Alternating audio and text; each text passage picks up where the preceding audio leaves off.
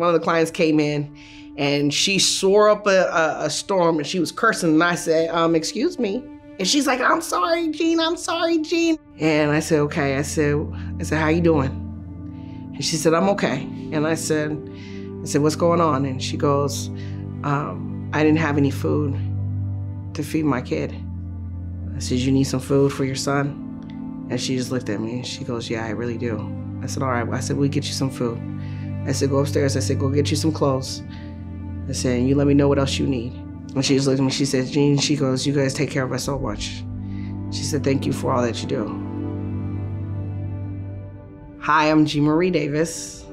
I am an overcomer of human trafficking. I was trafficked from the age of 2 to 29. Family, pimps, drug dealers wanted me dead. When I ran because the pimps told me to get out of the state that I was in or I was dead, I found out I was pregnant. I was debating on wanting to have an abortion with my child because I just was trying to get out of a situation. 27 domestic violence shelters denied me and said my situation was too severe. One center, it was a domestic violence shelter in New Hampshire, in Monadnock region, that said, okay, I'll take you. They told me about a pregnancy center, and that's when I met Phyllis Phelps. And she explains to me, I can't help you, but I know a man named Jesus. And so she told me about a program. The program said that it was going to be a $300 entrance fee. And I said to Phyllis, I said, I have $1.38. How am I supposed to get that? And for her to say, don't worry, let's pray about it. And then the next day she had $300. And then they said, no, it needs to be $500.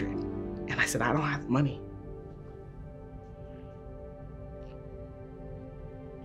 And she said, let's pray about it. Every step of the way.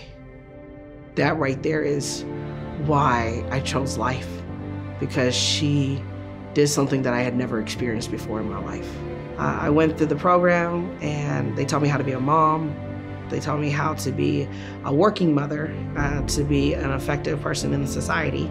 And then I went off into Bible college. From there, she gave me an application to be the director at a pregnancy center. I have no clue how to be a director. What does that look like? And she said, just fill it out, Jean. November 8th of 2022, the board of branches hired me as the executive director. Since then, I've been running with branches just to be able to help women as I was helped when I walked through the doors 10 years ago. So Vermont has enacted SB 37 that specifically targets pregnancy care centers and their advertising. And one really pernicious thing about this law is that it applies only to pregnancy care centers, only those centers who clearly state that they don't provide or refer for abortions. Branches Pregnancy Center helps women with the resources of if they're looking for food, if they're needing help to get housing, if they're needing help to get jobs. I've not just focused on the in-house, but I've taken it out to the streets and made it a part of the community, of showing that, hey, we're here for you. And I go and I talk to drug dealers and I say, when you're done with what you're doing, come see me. Because I'm here to help you as well, because you're a man. Regardless that you're a man, you're a father. And you need to get off the streets and you need to stop doing what you're doing and be more an example. We have a client who's having problems with her elevator and she can't go up and down the stairs, and stuff. And she's like, Jean, and I was like, hold on. I said, let me talk to the housing coalition, because I'm on the housing coalition. Let me see what I can do. Or I'm on the homeless committee. Let me see what I can do. I get myself in the trenches so that I know what's going on.